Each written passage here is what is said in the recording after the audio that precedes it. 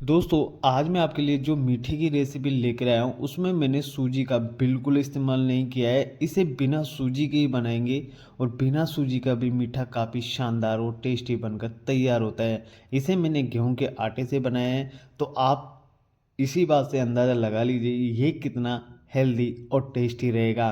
काफ़ी शानदार रहता है। बनाने का तरीका बिल्कुल आसान है, एक बार आप देखने के बाद में इसे आसानी से घर पर बना सकते हैं। और मेन जो बात आती है स्टोर करने की, तो आप इसे महीनों स्टोर करके भी रख सकते हैं। तो देर किस बात की, चलिए बनाते हैं।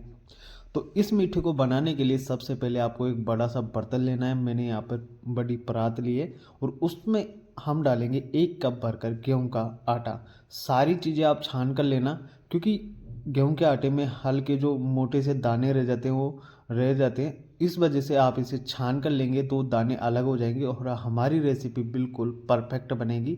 ना तो ये ख़राब होगी और ना ही तेल में बिखरेगी। तो छान कर ही लीजिए। अब आप देखिए कि इसमें कितने मोटे दाने थे, तो इसको मैंने अलग कर दिया है। अब आप जितना गेहूं का आटा ले रहे हो उतनी ही आपको मैदा लेना है। कहने का मतलब दोनों चीज़ें आपको बराबर क्वांटिटी में लेनी है, जिससे इसका टेस्ट आएगा ना काफ़ी शानदार आएगा। मैदा मैं इस वजह से डाल रहा हूँ क्योंकि मैंने यहाँ पर सूजी नहीं डाली है।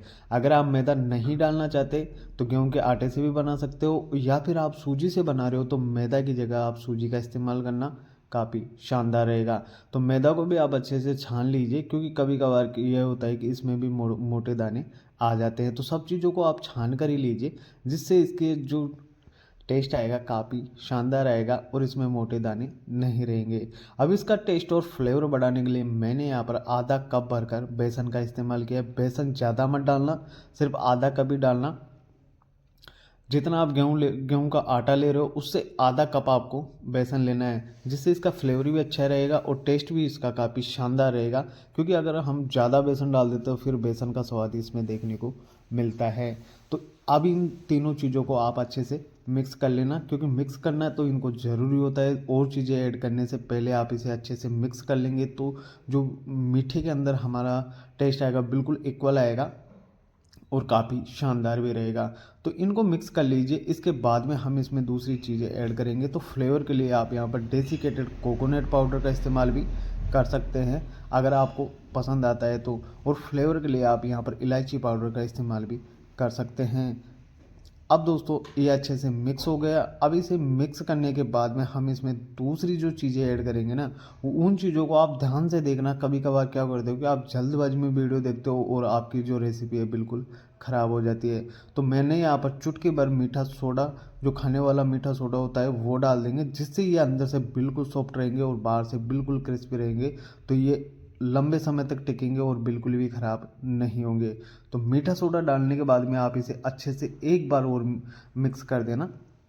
फिर इसके बाद में हम इसमें मोइन के लिए घी ऐड कर देंगे। तो देखिए, मैंने छोटी जो चम्मच आती है वो 2 चम्मच भरकर घी डाला है। अगर आप बड़ी चम्मच का इस्तेमाल कर रहे हो तो सिर्फ 1 चम्मच डालना, और ध्यान रखना कुकिंग ऑयल का इस्तेमाल मत करना। अगर आप कुकिंग ऑयल का इस्तेमाल यहाँ पर कर रहे हो तो फिर आपको 2 चम्मच भरकर डालना है। अगर इसी चम्मच का इस्तेमाल कर रहे हो तो फिर आपको 4 चम्मच भरकर कुकिंग ऑयल डालना है। और कुकिंग ऑयल में भी आपको रिफाइंड ऑयल का यूज करना है। सरसों के तेल का इस्तेमाल बिल्कुल भी ना करें, क्योंकि सरसों के तेल में थोड़ी स्ट्रॉन्ग स्मेल आती है, तो वो आपके जो मीठा बना रहे हो उसके अंदर भी आ सकती है।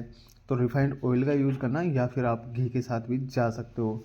अब मोइन डालने के बाद में लाजमी सी बात है कि इसमें लम्स व गुठलियाँ बनेगी, तो उनको हटाने के लिए हाथों की सहायता से अच्छे से 2 से 3 मिनट इसे रब करना, जिससे लम्स व गुठलियाँ बिल्कुल ख़त्म हो जाएगी और हमारा जो मीठा बनकर तैयार होगा काफ़ी शानदार रहेगा। अब मैं इसमें मीठा डाल रहा हूँ, अगर मीठे में मीठा ही नहीं रहेगा तो फिर किस बात का मीठा। तो इस बात का विशेष तौर से ध्यान रखना।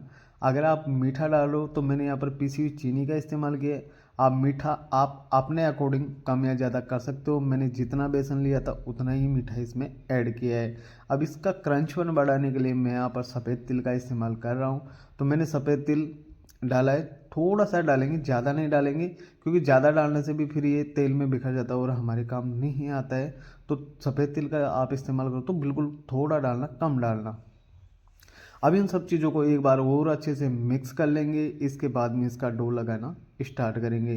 तो डो लगाते वक्त भी आप ध्यान रखना कि जब भी हम इसका डो लगाते हैं तो कभी टाइट हो जाता है, कभी ढीला हो जाता है। तो आपको परफेक्ट एक मेज़रमेंट बताता हूँ, जो सारी चीज़ें मैंने इसमें ऐड की है उसमें एक जो अ, छोटा वाला कप आता है जिससे हमने बेसन नाप के लिया था, वो पूरा 1 कप इसमें लगेगा, ना तो कम ना ज़्यादा।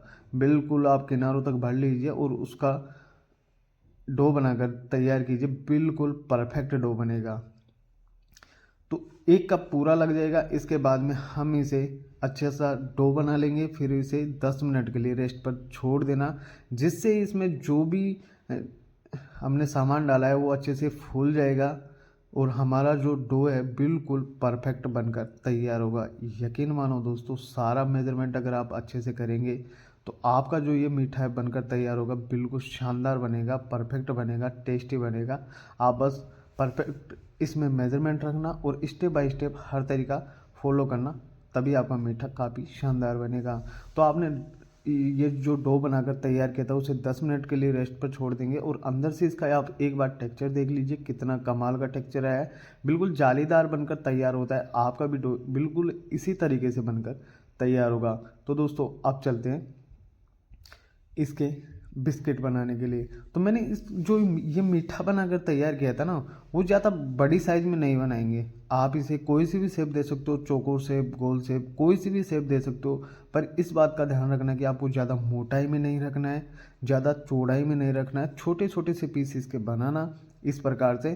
तो ये क्या होता है कि जब हम इसे तेल में फ्राई करने के लिए जाता है तो ये साइज में डबल हो जाते हैं। तो ज़्यादा मोटा रखेंगे तो फिर वो और डबल हो जाएगा, जिससे ना तो वो अच्छे से फ्राई हो पाएगा और ना अंदर तक सिक पाएगा, जिससे जब इसे खाया जाता है तो इसका टेस्ट बिल्कुल अलग लगता है। तो आप इस बात का विशेष तौर से ध्यान रखना कि जब भी आप इस तरीके से मीठा बनाओ तो छोटी साइज़ के पीस बनाना, जिससे अंदर तक फ्राई भी हो जाएंगे और काफ़ी शानदार इसका टेस्ट देखने को मिलेगा। तो जब आप इन्हें फ्राई करने के लिए जाओ तो तेल का टेम्परेचर बिल्कुल डाउन होना चाहिए। देखा आपने देखा कि जब मैंने इसके अंदर मीठा डाला तो तेल के अंदर हल्के बबल्स, बिल्कुल बारीक बबल्स दिखाई दे रहे हैं। इसका मतलब यह होता है कि तेल का टेम्परेचर बिल्कुल डाउन था। और एक बार डालने के बाद में आप इसको बिल्कुल भी छेड़छाड़ मत कीजिए, अपने आप ही ये तेल की सतह पर तैर कर आ जाएंगे एक साइड से फ्राई होने के बाद में। तब आप इसे दूसरी साइड पलट दीजिए, कुछ इस प्रकार से ये तेल के ऊपर आ जाते हैं, फिर आप दूसरी साइड पलट दीजिए। गैस का फ्लेम आपको यहाँ पर लो मीडियम रखना है, हाई फ्लेम पर आप इसे फ्राई बिल्कुल भी मत करना। 2 से 3 मिनट का समय ही लगता है फ्राई करने में, ज़्यादा समय आपको बिल्कुल भी नहीं लगता है। तो उलट पुलट कर आप दोनों साइड से इसे अच्छे से फ्राई कर लेना, अंदर तक फ्राई हो जाएंगे। फिर इसके बाद में आप इसका टेस्ट देखना कितना शानदार आता है। तो आपको मैं पास से भी दिखा देता हूँ कि कितना शानदार इसका टेक्सचर देखने को मिला है और काफ़ी टेस्टी भी है, बनकर तैयार हुआ है। सफ़ेद तेल मैंने इसी वजह से डाला है कि जो आपको ये सतह पर सफ़ेद तिल दिखाई दे रहे हैं ना, उससे ये काफ़ी अट्रैक्टिव भी लगता है और खाने में भी काफ़ी शानदार लगता है। तो आप इस तरीके से ये परफेक्ट मीठा घर पर बना सकते हो, लंबे समय तक स्टोर कर सकते हो। छोटी मोटी भूख हो या फिर आपको कहीं सफ़र पर जाना हो तो आप वहाँ पर भी इसका इस्तेमाल कर सकते हैं, बिल्कुल ख़राब नहीं होता है। इन सर्दियों में आप एक बार बना कर रख लीजिए और महीनों आप इसे खा सकते हैं चाय के साथ, या फिर शाम की छोटी मोटी भूख के लिए भी आप इस्तेमाल कर सकते हैं। उम्मीद करता हूँ दोस्तों वीडियो आपको पसंद आई होगी। वीडियो पसंद आती तो वीडियो को लाइक करें और चैनल को भी सब्सक्राइबर कर लीजिए, ताकि आने वाली वीडियो को नोटिफिकेशन आप तक जल्द से जल्द पहुँच सके। मैं ऐसी यूनिक रेसिपीज आपके लिए लेकर आता रहता हूँ। तो मिलते हैं दोस्तों नेक्स्ट वीडियो में, तब तक के लिए आप इस रेसिपी को एंजॉय कीजिए।